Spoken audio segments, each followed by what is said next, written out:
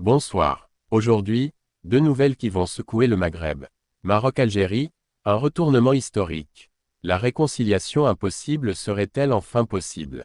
Après l'approbation par l'ONU du plan marocain pour le Sahara, Alger et Rabat pourraient tendre la main pour une coopération inédite depuis des décennies. Algérie, hausse historique de 20% des revenus sociaux. Le président Tebboune annonce une augmentation du salaire minimum et des allocations. Une bonne nouvelle pour les citoyens, mais est-ce suffisant pour relancer l'économie face à l'inflation et au chômage? Restez avec nous, on vous explique tous les enjeux et surprises derrière ces décisions qui pourraient tout changer. Le premier sujet Maroc-Algérie, retournement surprenant, la réconciliation impossible est-elle proche? Alors que le Conseil de sécurité de l'Organisation des Nations Unies, ONU, a récemment validé l'approche marocaine du conflit concernant le Sahara occidental, Béchar Ben Moumen, consultant, propose une analyse du considérable potentiel économique et politique que représenterait pour l'Algérie et le Maroc une relation équilibrée et apaisée entre les deux pays, et explore le rôle que pourrait y jouer l'Union européenne. Il y a parfois, dans la vie des nations, des moments où l'histoire se met à rimer avec elle-même. Lorsqu'en 1952, Robert Schuman et Konrad Adenauer scellèrent la réconciliation franco-allemande autour du charbon et de l'acier, c'est moins la matière que la méthode qui comptait, transformer la rivalité en interdépendance, dépasser la méfiance pour créer un moteur commun. Aujourd'hui, au Maghreb, un tel horizon redevient pensable.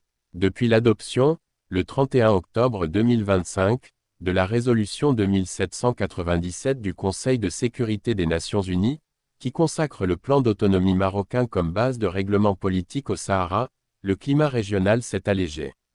Le roi Mohamed VI a immédiatement tendu la main à son frère, le président Abdelmadjid Tebboune, et, pour la première fois depuis des décennies, l'idée d'un Maghreb réconcilié ne relève plus seulement du vœu pieux, mais d'une hypothèse envisageable. Le prix d'une rivalité trop longtemps prolongée. Le coût du non-Maghreb, comme l'appellent les économistes, est vertigineux. Les échanges commerciaux entre les 5 pays de la région, Algérie, Maroc, Tunisie, Mauritanie, Libye, formant l'Union du Maghreb arabe, représentent à peine 5% de leur commerce total. Et pour le seul couple algéro-marocain, ils sont presque inexistants. Selon la Banque mondiale, cela fait perdre entre 1 et 3 points de croissance annuelle à chaque économie. Autrement dit, l'équivalent d'un plan Marshall dissipé chaque décennie par l'immobilisme et les rancœurs. Le Fonds monétaire international, FMI, a chiffré le potentiel.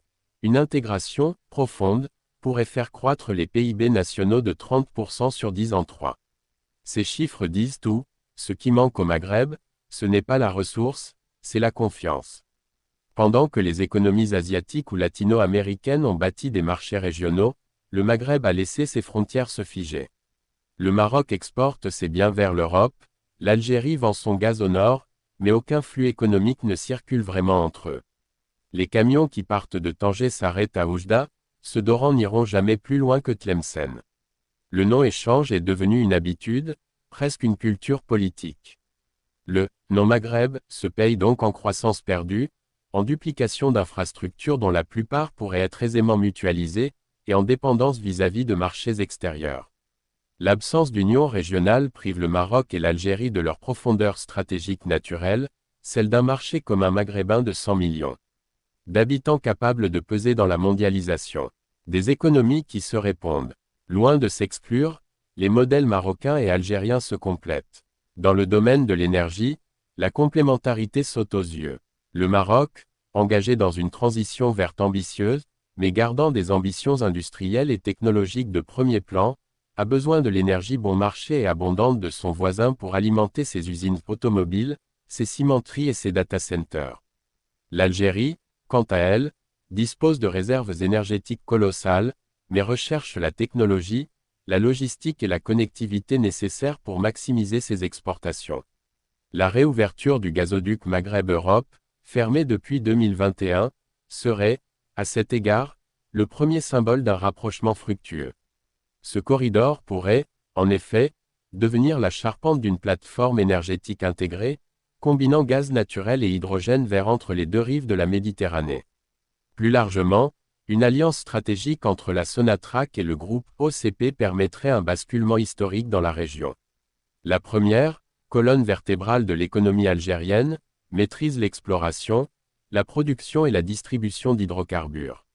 L'autre, locomotive du Maroc, a transformé le phosphate en levier de développement et s'est progressivement mué en un groupe diversifié, présent dans des secteurs de pointe et pionnier en matière d'innovation. En conjuguant leurs forces, ces deux géants pourraient devenir de véritables chabols maghrébins, moteurs d'un capitalisme d'État rénové et ouvert, capable de mobiliser d'immenses fonds pour répondre aux défis de demain, réchauffement climatique, transition énergétique, sécurité alimentaire et même intelligence artificielle appliquée notamment à l'agriculture, à l'eau et à l'éducation, secteurs cruciaux. L'industrie automobile illustre d'ailleurs cette dynamique potentielle, tant les deux pays partagent d'importantes ambitions dans ce secteur. En effet, en unifiant les chaînes de valeur, Alger et Rabat pourraient intervenir en amont et en aval, densifier leurs écosystèmes et peser davantage face aux constructeurs européens. Enfin, la complémentarité s'étend aussi à la finance où les grandes banques marocaines disposent d'une assise africaine, d'une capacité de financement et d'un savoir-faire que recherchent les entreprises algériennes pour leur expansion sur le continent. Le deuxième sujet Algérie, une hausse de 20% des revenus sociaux. Le président algérien Abdelmadjid Tebboune a validé plusieurs revalorisations sociales pour 2026, dont une hausse de 20% du salaire minimum et de l'allocation chômage, dans un contexte de fragilité économique persistante et de dépendance aux transferts publics. Le Conseil des ministres réuni dimanche a adopté un ensemble de mesures sociales qualifiées d'importantes par la présidence algérienne, augmentation de 20% du salaire national minimum garanti, SNMG, de l'allocation chômage et des pensions de retraite. Selon les autorités, il s'agit de la plus forte révision en plusieurs décennies. Cette annonce intervient alors que l'économie reste sous forte pression, entre inflation élevée, ralentissement industriel et difficultés d'accès à l'emploi pour les jeunes. Les autorités mettent en avant un effort budgétaire évalué à près de 6 000 milliards de dinars pour 2026, comprenant 420 milliards pour l'allocation chômage, 424 milliards pour la Caisse nationale des retraites et 656 milliards pour les subventions des produits de base comme le blé. Parallèlement, 2 800 milliards de dinars sont prévus pour le fonctionnement des établissements publics, notamment les universités et les hôpitaux. Toutefois, ces montants confirment la dépendance persistante de l'économie algérienne aux transferts étatiques, dans un contexte où aucune réforme structurelle majeure n'a été engagée. La présidence a également annoncé un nouveau programme de 360 000 logements pour 2026, dont 300 000 en location-vente. Les chantiers de la ADL 3 ont été lancés lors d'une récente visite présidentielle à Constantine, avec la promesse d'une livraison partielle dès l'année prochaine. Près d'1 million de souscripteurs restent en attente, un chiffre qui illustre l'ampleur des retards accumulés dans le secteur du logement et les tensions persistantes autour de cette politique emblématique. Par ailleurs, plusieurs mesures sociales adoptées ces derniers mois, révision du statut des enseignants et du personnel de santé, réforme du congé de maternité étendu à 150 jours, hausse de l'allocation voyage, ont été présentées par le gouvernement comme des avancées majeures. Néanmoins, ces réformes modulent peu les défis de fond, faiblesse du pouvoir d'achat, économie peu diversifiée, chômage structurel des jeunes diplômés et lenteur des réformes économiques promises depuis 2019.